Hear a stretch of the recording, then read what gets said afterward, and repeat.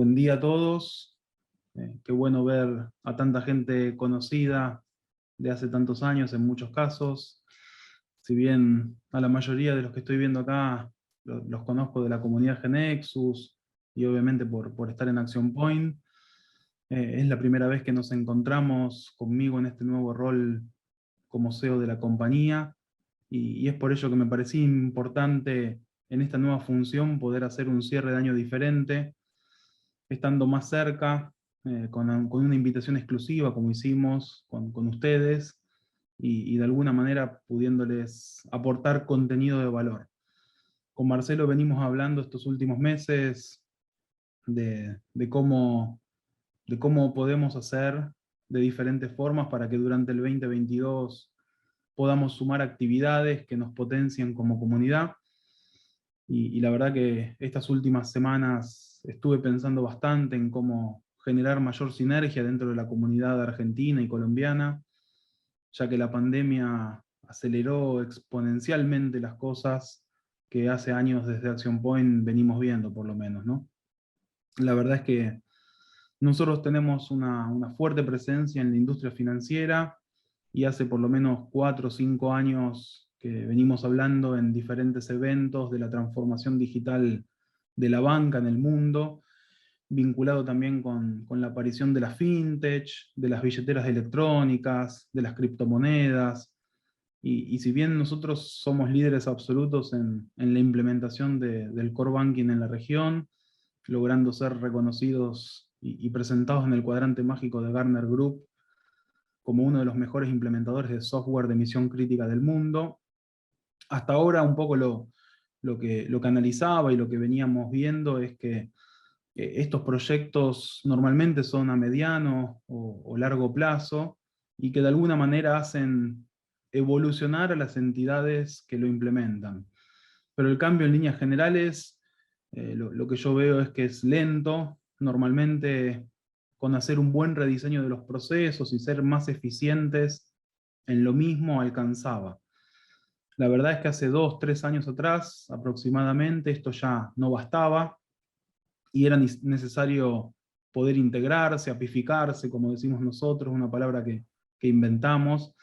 Los bancos han empezado a desarrollar API bankings para poder estar conectados e integrados a otros mundos y con otros jugadores.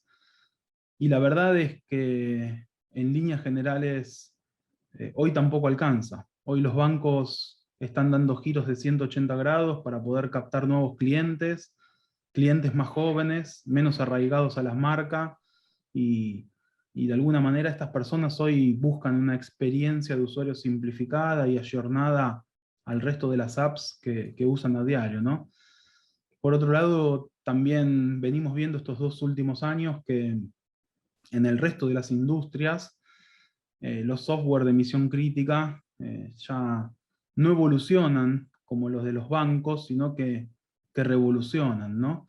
Y estas otras industrias, de alguna manera, empiezan a pensar y a adoptar conceptos como la automatización de procesos, IoT, DevOps, testing automático, y otra infinidad de plataformas, frameworks y herramientas de trabajo que han transformado al ecosistema de Haití en un ecosistema mucho más complejo.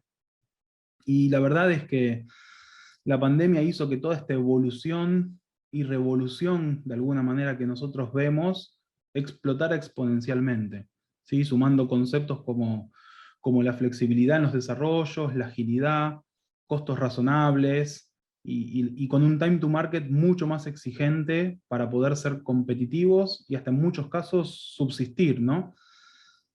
También entregando mucho más valor en cada paso a la multiexperiencia del usuario final. Por otro lado, algunas de las cosas que también vimos es que los profesionales han sido mucho más demandados, abriendo un sinfín de oportunidades, ¿no? Hoy ya no solo se piensa en crecer dentro de sus pueblos, provincias o países, sino que están abiertos al mundo entero y tienen un sinfín de oportunidades, proyectos para elegir y distintos desafíos, ¿no?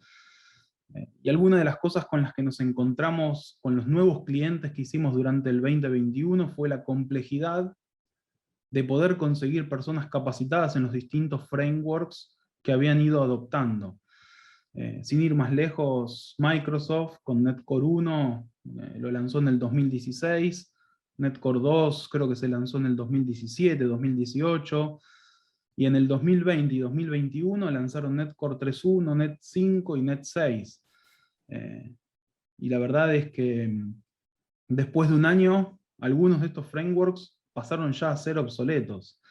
Ni hablar si analizamos el mundo Java, donde salieron decenas de frameworks y que para nuestros clientes implicaban recapacitaciones a sus personas, reestructuras de los software en algunos casos, altos costos de mano de obra, ya que en líneas generales la gente sigue esas tendencias y deja rápidamente los frameworks viejos para volcarse a lo más novedoso, ¿no? Y esto hace que en líneas generales las empresas que habían adoptado estos frameworks se queden sin mano de obra calificada para poder mantener estos software que desarrollaron y que en líneas generales no pudieron evolucionar, ¿no? También nos encontramos con desarrollos de alta complejidad y baja seguridad en líneas generales, y la suma de todo esto hizo que en muchos casos eh, ciertos negocios apalancados en la tecnología se transformaran en inviables.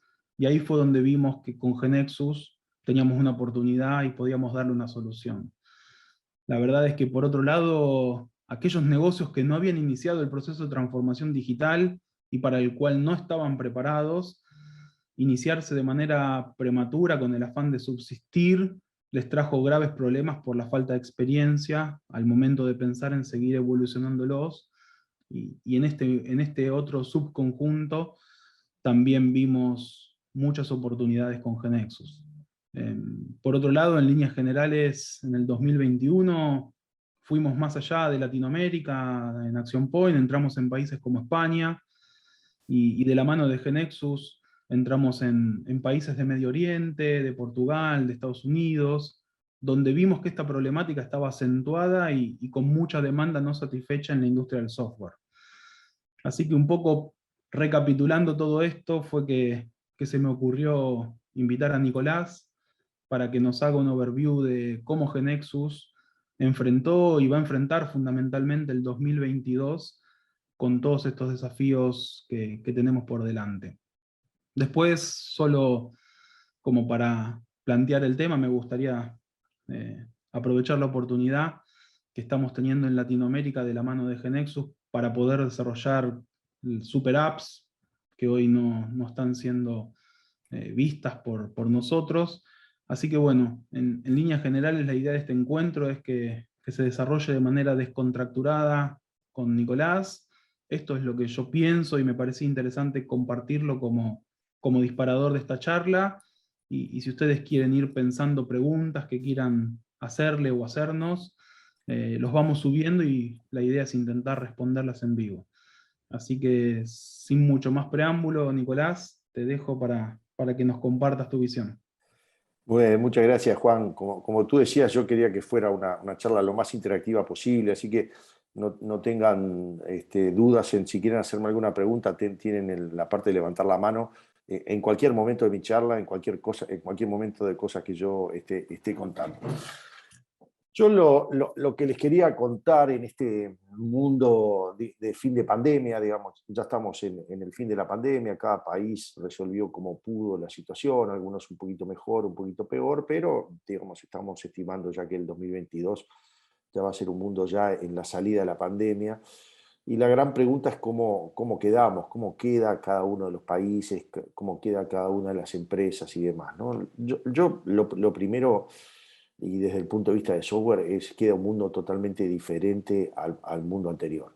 Es digamos, ha sido un cambio, de alguna manera ha sido, como decía Juan, un brutal acelerador de tendencias que ya venían de antes.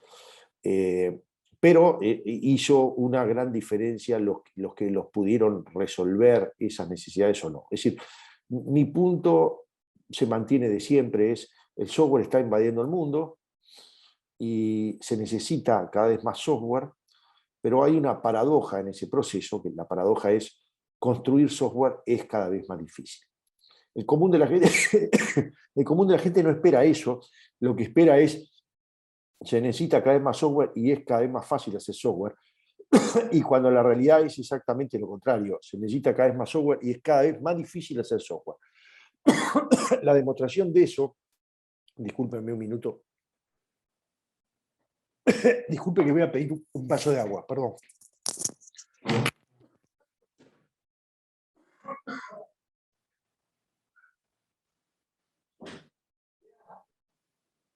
Mientras que regresa Nicolás, recuerden si quieren ir escribiendo ahí en el botón de preguntas y respuestas, algunas dudas, consultas que tengan para que vayamos tratando durante la charla, o como mencionaba Nicolás, levantar la mano para que los podamos subir como panelistas y en vivo y en directo podamos ir respondiendo las preguntas.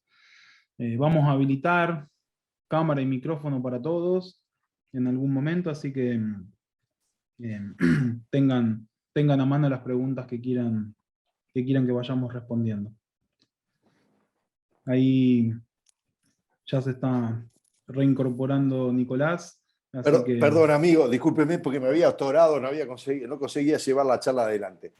No hay problema, estaba pasando mensajes parroquiales. Retorno. Entonces, lo que tenemos es claramente una paradoja en el software.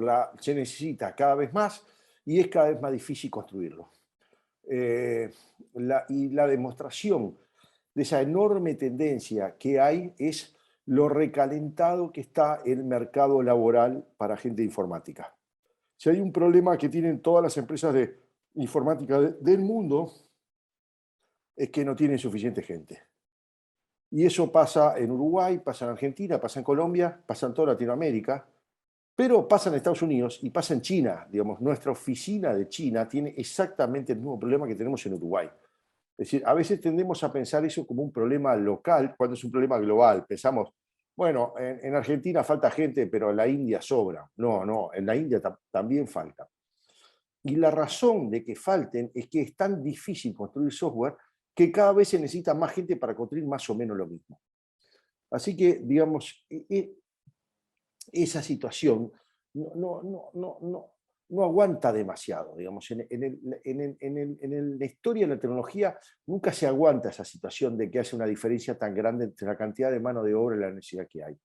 Y siempre la humanidad lo resolvió de la misma manera, digamos, de la única manera que lo resuelve es haciendo herramientas. Es decir, lo que nosotros tenemos que hacer es construir software de una forma que haya que escribir mucho menos cantidad de líneas. Ese es el origen del nombre de la categoría low code, y es lo que nosotros venimos diciendo de hace 30 y pico de años. La gran diferencia, y que lo decíamos hace 30 y pico de años y ahora, es que antes no se notaba tanto y ahora se nota mucho. Es decir, lo que había antes no había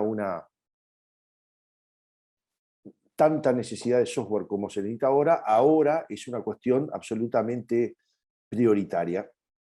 Y déjeme darles algunos ejemplos de lo que pasaron en Uruguay y cómo resolvimos en Uruguay la pandemia con GeneXus, ¿no? Desde el primer día que apareció la pandemia, nosotros decidimos que la mejor solución era hacer una app.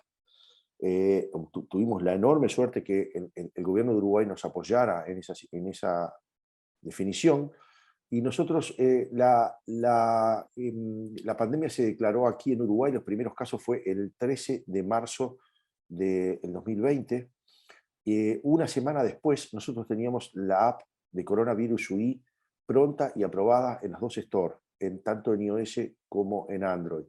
Es decir que demostramos una capacidad de poder entregar una aplicación de calidad en una semana, una aplicación de misión crítica extremadamente rápido, mucho antes que el resto de los demás. Por supuesto que fue un trabajo de guerra, ¿no? Estuvimos ahí bastante más tiempo trabajando casi 24/7 y cosas por el estilo, dada la gravedad de la situación, pero, digamos, nosotros, esa fue la primera versión que tuvimos. de esa época hasta ahora llevamos 20 y pico de versiones, y hoy es la aplicación más usada en Uruguay. Tiene, para que tengan una idea, 3.3 millones de uruguayos la usan en un país de 3.5 millones de uruguayos. Así que ya no hay más nadie que no use. Los menores, digamos, los que no tienen la aplicación, simplemente los que no tienen teléfono. Todos los demás usan la aplicación. Es una aplicación absolutamente vital para el Uruguay. Es la única forma que hay de tener los certificados de vacunación. Es decir, en Uruguay no se da ningún papel, no se da absolutamente nada, y digamos, en ese, digamos, solo mostrando la aplicación uno tiene absolutamente todo respecto al tema del manejo del coronavirus. Pero eso no fue lo único que hicimos durante la pandemia, digamos. En realidad, en el 2021 pasamos otra crisis enorme en Uruguay, que fue el tema de vacunación. Una vez que se consiguieron las vacunas, había que hacer un sistema de vacunación, y lo que pasó es que en un principio se decidió utilizar el sistema anterior. Es decir, la idea era, mejor no programemos, usemos lo que ya está, y con lo que ya está se hizo, digamos, un sistema que no funcionó, que no escaló. Digamos. Lo que pasó es, los primeros días la gente se quería anotar. Imagínense el interés que tenía todo el mundo de querer anotarse lo más rápidamente, y digamos, el sistema se caía, etcétera. La gente se levantaba, ponía el despertador a las 4 de la mañana para ver si esa hora podía funcionar, etcétera, etcétera. Nosotros hicimos una propuesta de, otra vez, nuevamente, hacer un sistema de vacunación hecho con Genexus en una semana, y que pudiera escalar y que pudiera, digamos, tomar a toda la gente. Nuevamente tuvimos la enorme suerte que el gobierno de Uruguay nos aceptó la propuesta. El único problema es que nosotros hicimos la propuesta un martes, y nos pidieron que saliéramos en producción un jueves. Es decir, era una cosa absolutamente imposible. No llegamos para el jueves, pero llegamos para el domingo de mañana, un domingo a las 11 de la mañana. El único momento que tuvimos para hacer prueba fue el sábado de noche. Tuvimos que salir online con una expectativa enorme de todo el Uruguay. A las 11 de la mañana, a la 1 de la tarde, ya habíamos registrado 800.000 uruguayos sin absolutamente ningún incidente de parte del sistema de vacunación. Y a partir de ahí fuimos el país del mundo que tuvo mayor velocidad de vacunación. Lo que construimos entonces es, y aprendimos mucho, pero lo que construimos es digamos, un sistema que escalara. Ese era el punto más importante, digamos, y es una palabra que vamos a escuchar y que vamos a tener todas las veces. Es decir, la necesidad de software es tan importante ahora que cada vez más, digamos, si hacemos un software que sirva, vamos a tener muchos usuarios. Así que no solo alcanza con que sirva, sino que tiene que ser escalable, tiene que ser seguro. Es decir, tiene que tener las características de un sistema de enterprise. Bueno, eso fue lo que nosotros construimos en un tiempo récord. Y, digamos, ¿por qué les cuento esto? Digamos, les cuento porque yo pienso que a partir de ahora vamos a tener estas situaciones mucho más. Es decir, no es que vamos a tener más pandemias, esperemos que no, pero lo que pienso es que vamos a tener cada vez más estas situaciones de necesidades de software cada vez más rápido y cada vez de mayor calidad, de más alta calidad. Tiene que ser lo que podemos decir sistemas enterprise. Tienen que ser con escalabilidad, tiene que ser con seguridad. Ahora, lo que pasó en estos días con Log4j es un ejemplo. Tiene que ser con usabilidad, es decir, tiene que ser algo que la gente le guste. Si uno por ejemplo, ve la aplicación de coronavirus UI, lo que la gente dice es fácil de usar, digamos, no dice bonita, lo que dice que es fácil. Yo creo que es bonita además, pero lo que dice es que es fácil, es entendible, la gente lo ha podido usar, se ha podido adaptar. Así que lo que yo quería era sacar algunos aprendizajes de esto, digamos. La primera, ¿por qué fracasaron los esquemas anteriores, digamos? Una cosa, déjenme contarles una cosa interna si quieren, ¿no? Pero, ¿por qué el gobierno de Uruguay decidió hacer la aplicación con nosotros? Digamos? Nosotros, como le decía, un viernes se dio el problema de coronavirus. Nosotros el sábado tuvimos una reunión con el gobierno y se tenía que tomar la decisión el domingo a la mañana en Presidencia de la República a ver si iba a ser la app o no. Y la diferencia enorme entre el resto y nosotros fue que nosotros fuimos ese domingo, no fuimos con una PPT, no mostramos ni una PPT de lo que queríamos hacer, mostramos la app. Es decir, que lo que nosotros de alguna manera demostramos es lo que venimos diciendo que tiene la comunidad GeneXus, que es, y que el resto de las comunidades está acá es peor, que es el power of doing. Es decir, la capacidad de hacer las cosas. Es decir, nosotros teníamos la capacidad de hacer las cosas. Un año después, con el sistema de vacunación, pasó exactamente lo mismo. Es decir, ¿por qué se intentó utilizar el sistema anterior? Porque no se quería programar. Es decir, si hay una característica que está pasando en el mundo de hoy, es todo el mundo está desesperado, es ¿cómo hago esto sin tener que programar nada?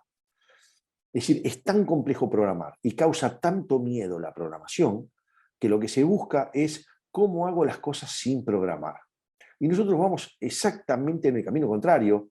Nosotros decimos, nosotros tenemos la capacidad de programación. Así que si nosotros tenemos la capacidad de programación, la vamos a usar. Y si la vamos a usar, vamos a tener una ventaja importante respecto al resto.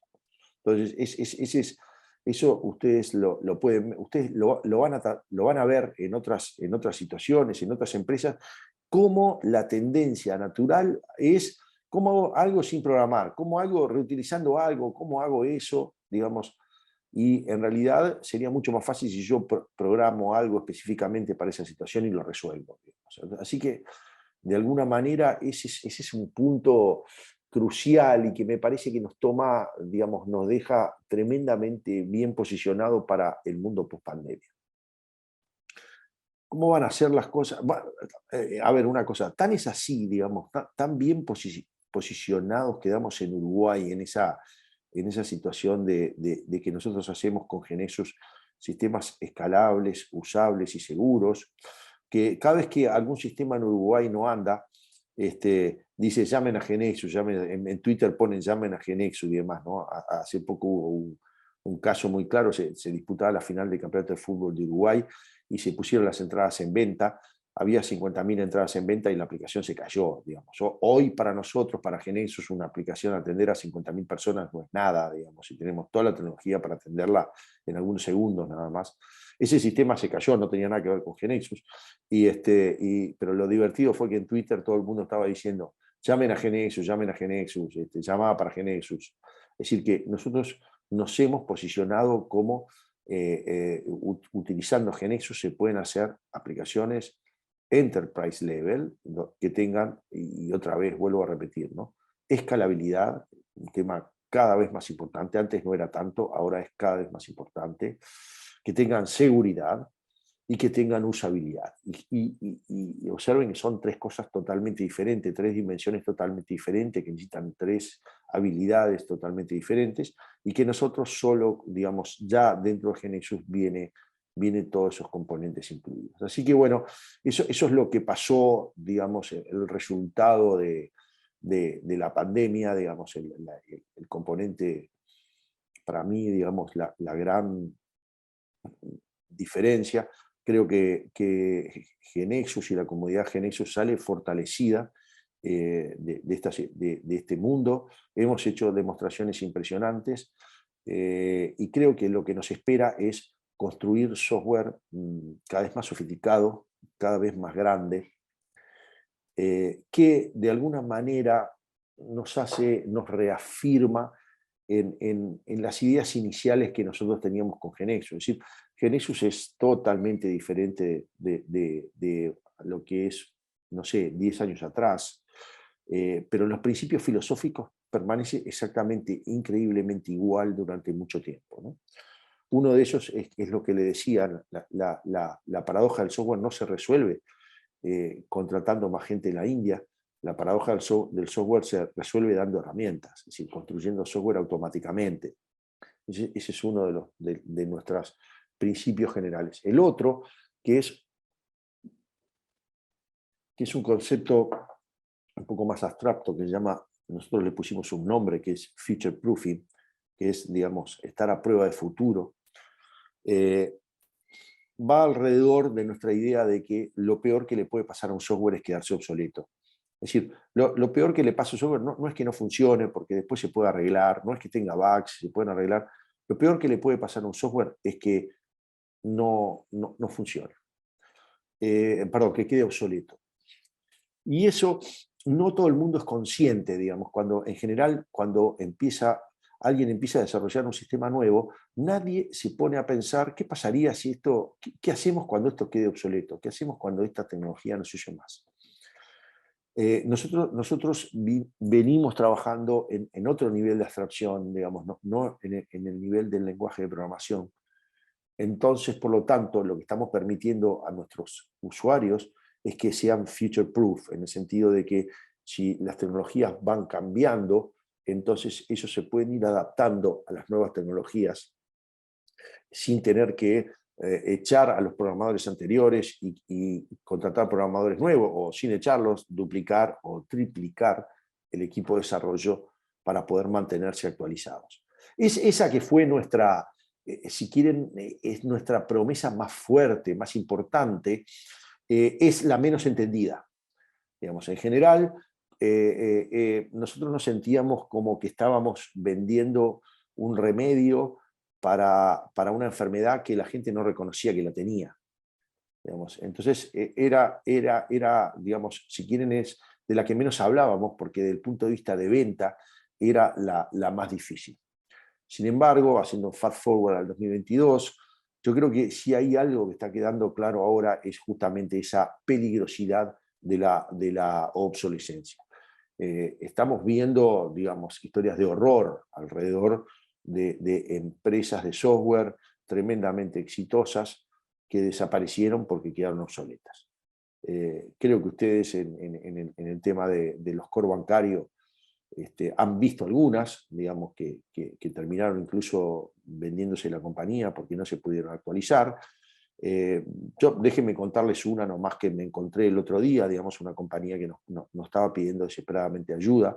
Para contarles, es una empresa, digamos, que tiene un software vertical muy utilizado y muy exitoso, pero tiene el problema que está escrito en Delphi 6. Digamos, Delphi, que es un excelente lenguaje de Borland, es un lenguaje que ya no está más, desapareció la compañía y demás. Y ellos decidieron en el 2011 pasarse a .NET, un poco lo que decía Juan.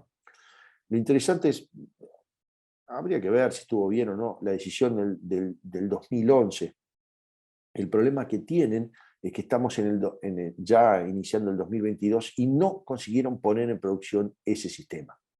Así que estuvieron 10 años tratando de sustituir a Delphi 6 y aún no lo consiguieron. Es más, aunque lo consiguieran, el problema que tienen es que el software en .NET está obsoleto. Es decir, trabajaron 10 años y entran con un sistema que también está obsoleto. Entonces, recién ahora están tomando la conciencia del lío complejo, terrible que se metieron. ¿Tá? Ahora, déjenme decir una cosa, no es que sean, digamos, no lo consiguieron hacer, no es porque sean tontos, tampoco es porque les faltó dinero, gastaron millones de dólares en ese proyecto. El problema es que es difícil hacerlo.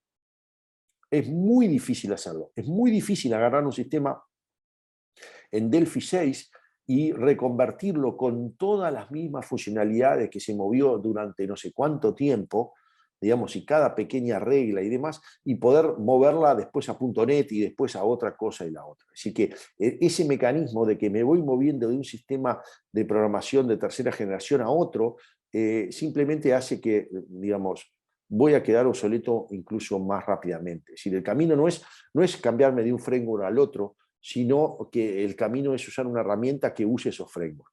En el caso, digamos, donde más violentamente se ve esa situación es en el desarrollo web, en los frameworks de JavaScript. Lo que está pasando en los frameworks de JavaScript simplemente es una locura, digamos. Es están quedando obsoletos programadores que de repente tienen 25 o 26 años. Es decir, que aprendieron un framework, React, por ejemplo, hace 2 o 3 años y se sentían que todos los que programaban en otra cosa eran unos dinosaurios, y ahora tienen 25 años y ellos son los dinosaurios, y vienen otros que dicen que hay que hacerlo en Vue o en Flux o en lo que sea, digamos. Es decir, que ya tienen que tirar miles de líneas de código que, digamos, que la moda va cambiando de una forma que es una locura, ¿no?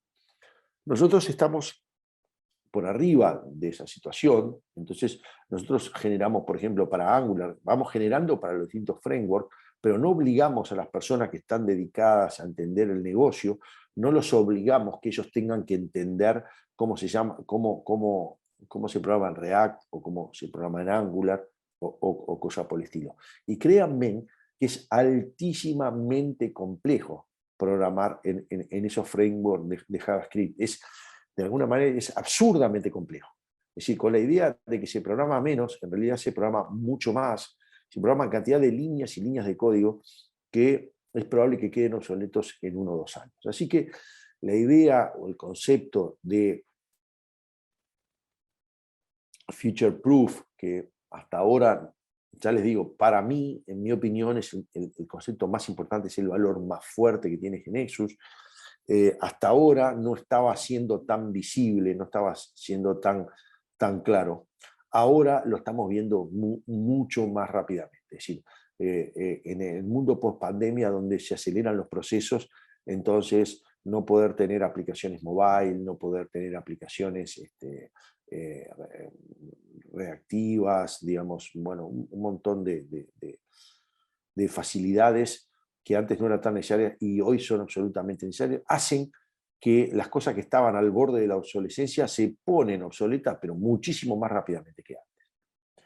Así que bueno, ese es otro de los componentes que es para mí muy importante, digamos, la idea de la comunidad GeneXus tiene el power of doing y tiene sobre todo el power del future proof. Pero, y como decía Juan, nosotros también tratamos de estar, digamos, un paso adelante del mercado. A ver, acá tengo una pregunta. Adelante, Willy. ¿Se escucha bien? Sí, perfecto. Yo coincido totalmente en que la pandemia ha acelerado varias cosas, los cambios digitales, principalmente la transformación digital, y coincido, casi te diría más del 100%, en que la gente necesita, o sea, se necesitan cosas rápidas, y sin que vos le digas, mirá los problemas que tengo para programarlas, ¿no? Es decir, quieren las soluciones. Yo creo que lo que vos comentabas de salud es un ejemplo. Ahora, yo hice una pregunta y te la repito porque la escribí, pero después me di cuenta que tenía que levantar la mano. Perdón, no la vi, perdóname. No, pero esos son problemas míos, no te preocupes. El tema de recursos humanos sigue siendo, como vos decís, un inconveniente, ya sea en programación tradicional o quizás un poco menos, pero sigue siendo en la programación de cualquier herramienta case, y con GeneXus lo mismo. Ahora, ¿qué pasa? Lo que sí aceleró la pandemia es el home office, la post-pandemia, o bueno, no sé si se ha terminado, pero el trabajo híbrido es algo que vino casi para quedarse. Por lo menos acá en Argentina y en mi empresa, mucha gente está diciendo, mirá, no te digo al 100%, pero estoy bastante cómodo en mi casa. Después están los otros problemas. Entonces, la consulta es, ¿vos viste o percibiste en tu país o en los países en los que tenés contacto que el trabajo en home office o el trabajo híbrido o el trabajo remoto benefició a la programación, o lo ves como otro problema que lo molestó, digamos, o por problemas de grupos, etcétera, etcétera? Mira, buena pregunta. Lo primero que te puedo decir es, yo en este momento estoy en mi casa. Así que, y además, increíblemente, yo hice un proceso inverso. Vos sabés que yo personalmente, la primera parte de la pandemia fui a trabajar todos los días. Y en el final de la pandemia voy menos a trabajar y trabajo más en casa, digamos. Yo creo que llegó para quedarse, que es una tendencia que llegó para quedarse. Yo creo que tiene, digamos, yo sigo a mi maestro Adices en management, que dice, los problemas nunca se solucionan, se cambian por problemas nuevos. Entonces, el tema del home office nos cambió, tenemos problemas nuevos que resolver. Digamos. Por un lado, tenemos una enorme facilidad. Yo, por ejemplo, me siento que pierdo mucho menos tiempo moviéndome. Y además yo soy un privilegiado porque, digamos, yo trabajo a 5 minutos de la oficina. Pero hay gente que se maneja en colectivo, que puede demorar.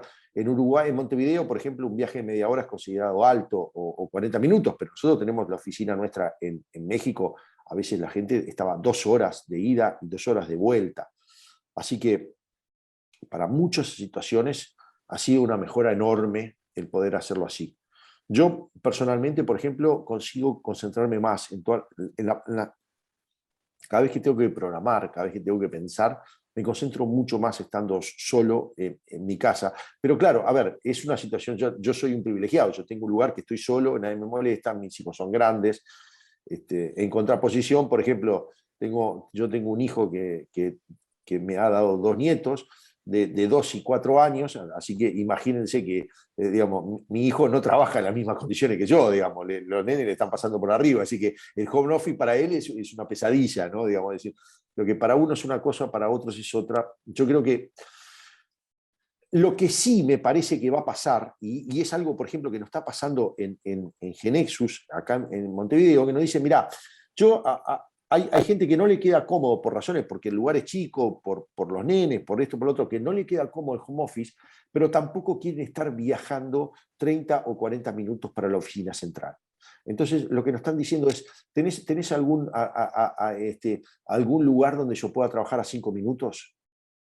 Digamos, podríamos tener algunas oficinas a 5 o 10 minutos, digamos, dispersas.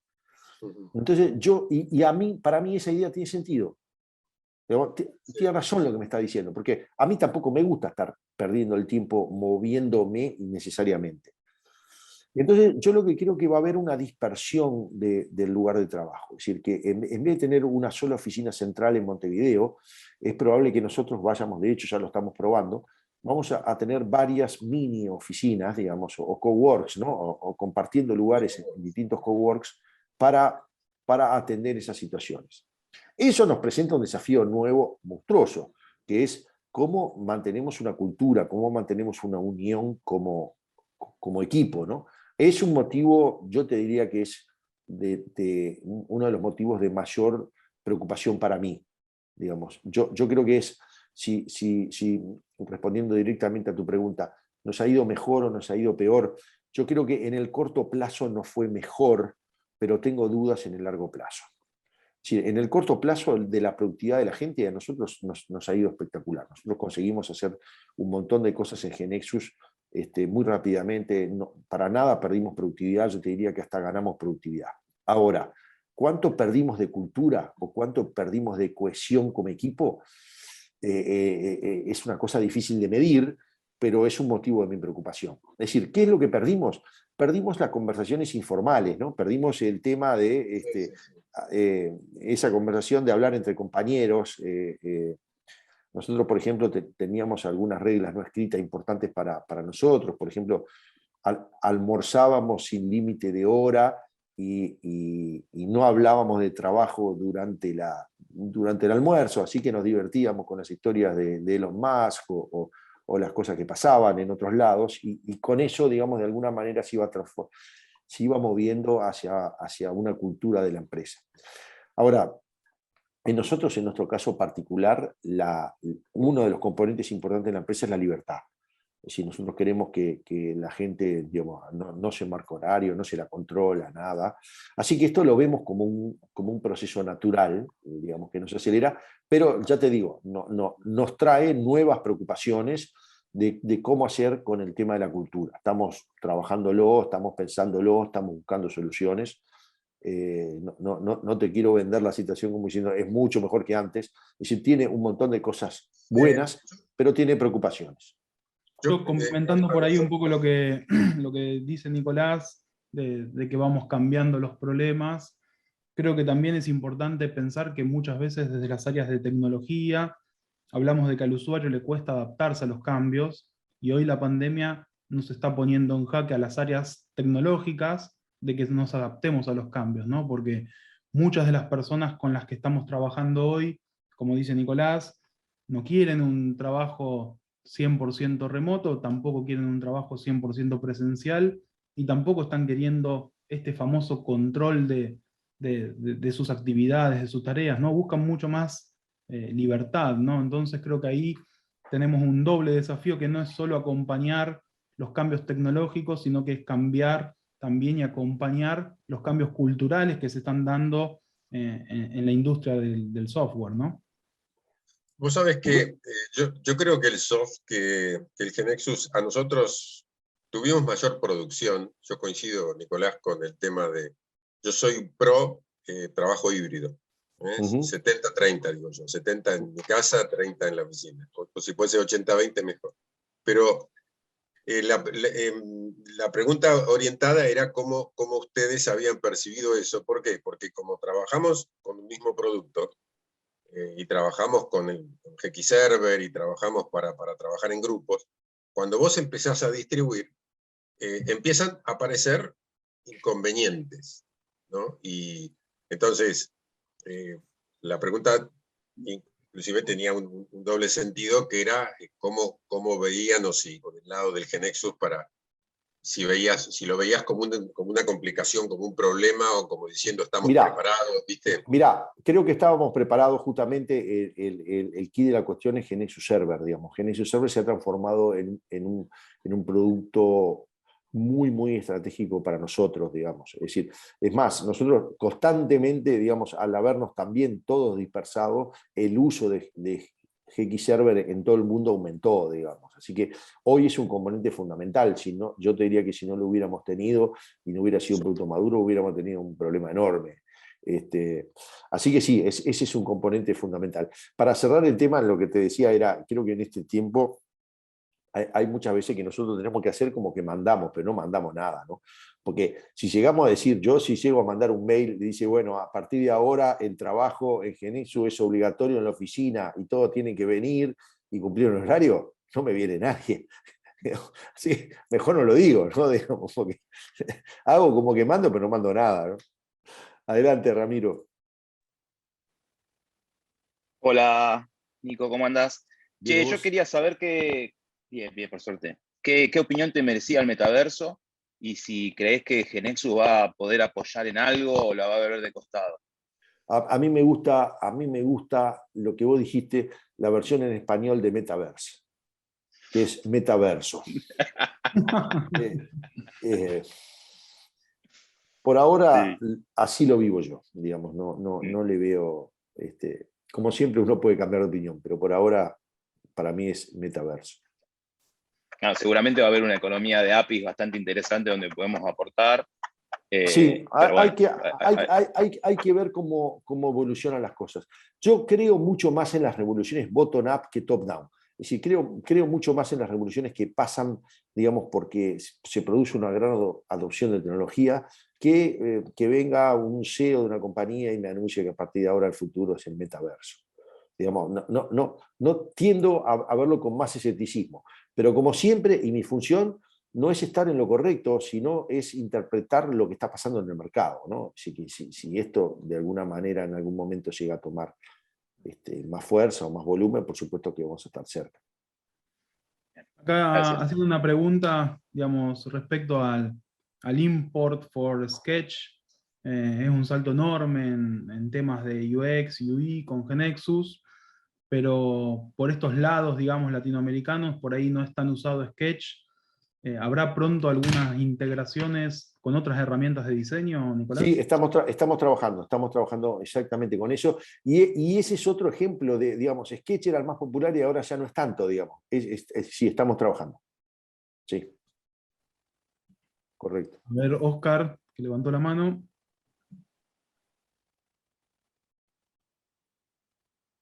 Tenés que Estás habilitar muteado. el micrófono. Hola, hola, ¿me escuchan? ¿Sí? Sí, perfecto. Ah, bueno, gracias. A ver, espérate un segundo. Me quedé sin cámara. Bueno, No, prendí la cámara. No hay problema. Nicolás, gracias. Estaba retomando la pregunta de Willy. Creo que desde el punto de vista de la productividad en el corto plazo todos lo sentimos. Tener las personas en casa ayudó a que estuvieran conectados, hiperconectados y digamos que de alguna forma comunicaciones a través de Slack, otras herramientas ayudaron a que fluyera rápidamente la comunicación en el equipo de forma digital. Nosotros tuvimos bastante problema con la formación del personal nuevo. Es decir, si bien hace parte de los escenarios banderas en Nexus de formar equipos en tiempo récord, pues nos dimos cuenta que hacerlo de forma remota no era tan fácil, porque eventualmente para poder hacer transferencia de conocimiento no de la herramienta, sino también del producto, de la solución que se estaba construyendo, del proyecto, pues no es lo mismo para una persona nueva en un equipo que no conoce de forma, digamos, presencial al resto del equipo, despejar dudas, porque implica cortarle el día con una videollamada de 5 o 10 minutos. Y allí, digamos que hemos visto, digamos, una fricción en cuanto al modelo de crecimiento. Muchas compañías se han abierto a contratar en varias partes del mundo, porque justamente este modelo también nos abrió la mente hacia dónde debíamos ir en cuanto a vincular nuevas personas. Pero no sé si desde el punto de vista de lo que está haciendo Genexus y sobre todo amarrado al modelo de licenciamiento de puesto de trabajo, ustedes han pensado en hacer algo más liviano, donde uno pueda vincular un programador que tenga bastantes skills y sea un paquete completo, es decir, que ponga su talento, unas horas de licenciamiento solamente para un proyecto particular. No sé si me hice entender cómo lo ve usted desde su punto de vista. Sí, es un tema que hemos estado pensando y estamos hablando con el equipo comercial cómo podemos, pero es sin duda, está bien lo que tú planteas, Oscar, es sin duda una oportunidad y es una necesidad. Coincido también contigo lo que decías, que el gran problema de este trabajo remoto es cómo poner gente nueva en los equipos, ¿no? Digamos, ese es el gran punto todavía no resuelto. Pero sí, respecto a esquemas de licenciamiento de ese tipo que faciliten, digamos, contratación de freelancers en cualquier lugar del mundo con alta capacitación, es un tema que lo estamos evaluando fuertemente. Tengo varias preguntas más, nos queda poquito tiempo, la verdad que un Yo, lujo. antes de las preguntas, déjenme, porque me quedé con un tema que quería finalizar, que es, como yo le decía del tema de feature proof, y les decía que también a nosotros nos interesa estar siempre un poco adelante del mercado. A veces podemos estar, a veces no tanto, digamos, tampoco es que es una obligación. Sin embargo, hay momentos únicos donde claramente estamos delante del mercado, y ese es el ejemplo que nosotros tenemos hoy con la tecnología que se llama Super Apps.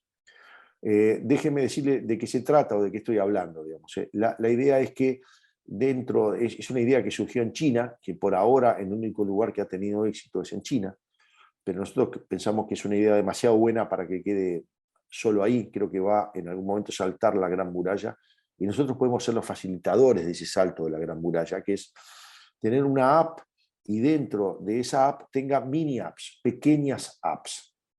Déjenme ponerles un ejemplo concreto, digamos. Nosotros tendríamos, por darle un ejemplo a algo que estamos hablando, nosotros quisiéramos tener en Uruguay una aplicación que se llame de gobierno, que se llame Mi Uruguay o cosas por el estilo, y dentro de esa app haya pequeñas mini apps. Es decir, lo que no puede existir es una app enorme que tenga todos los trámites del Estado o toda la información del Estado y demás, y que haya que bajarlo de una sola vez. Eso no tiene ningún sentido y eso no funciona.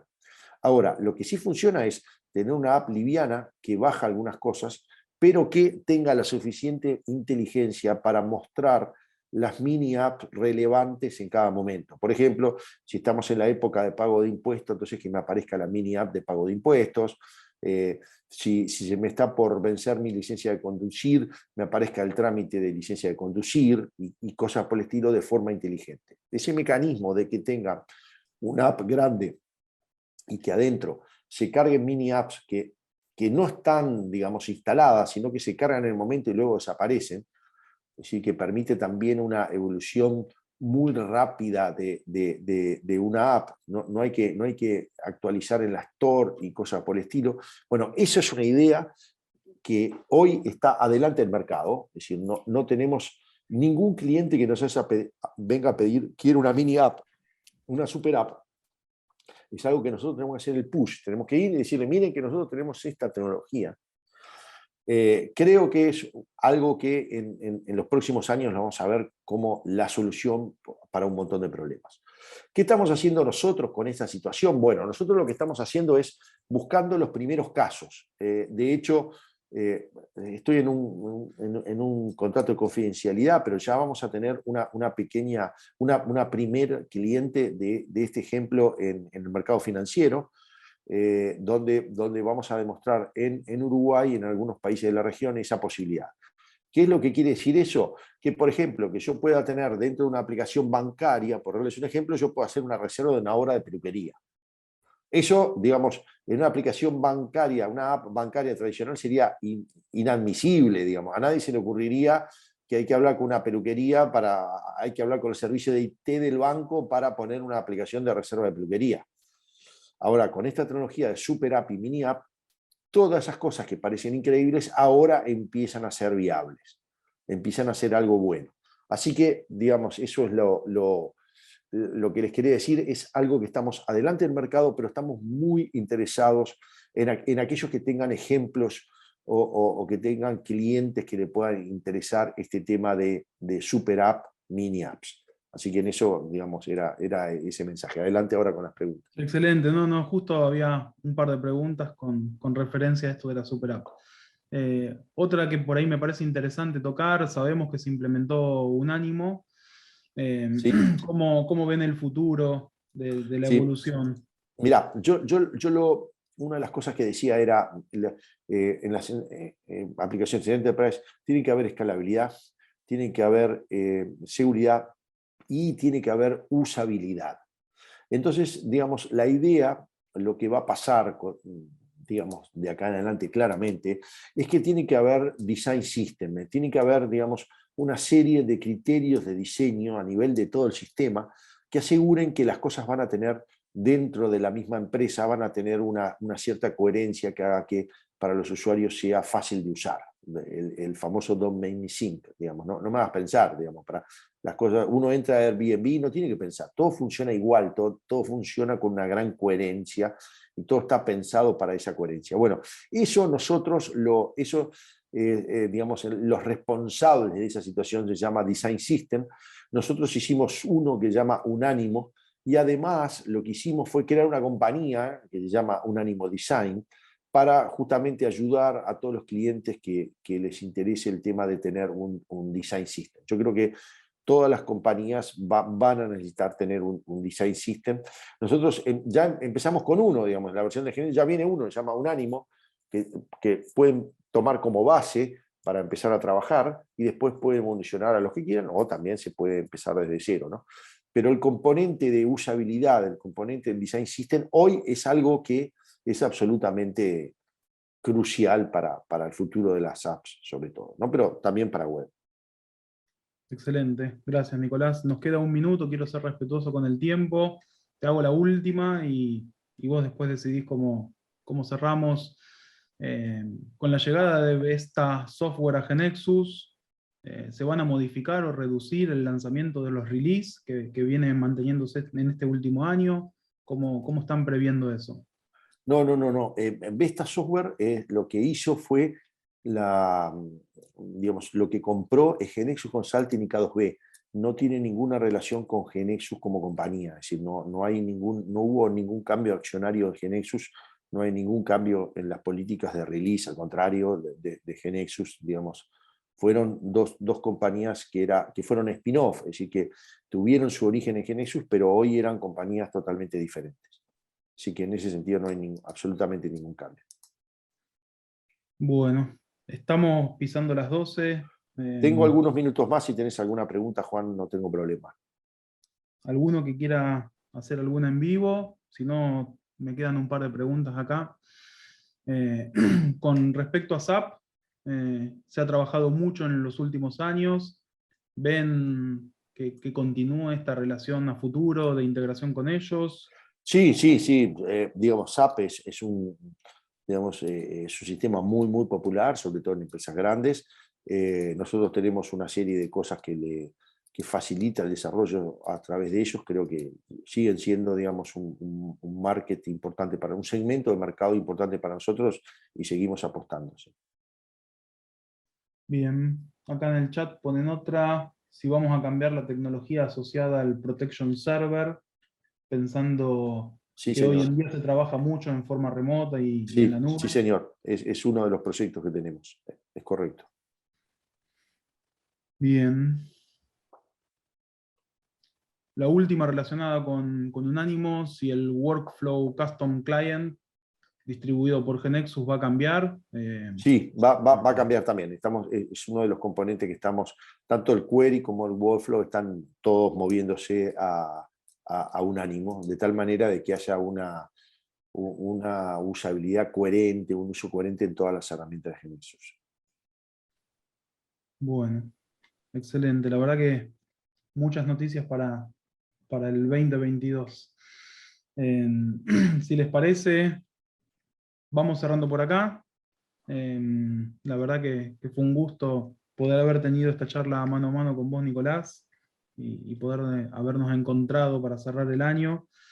Y bueno, les deseo a todos felices fiestas, próspero año nuevo y saludos para todos.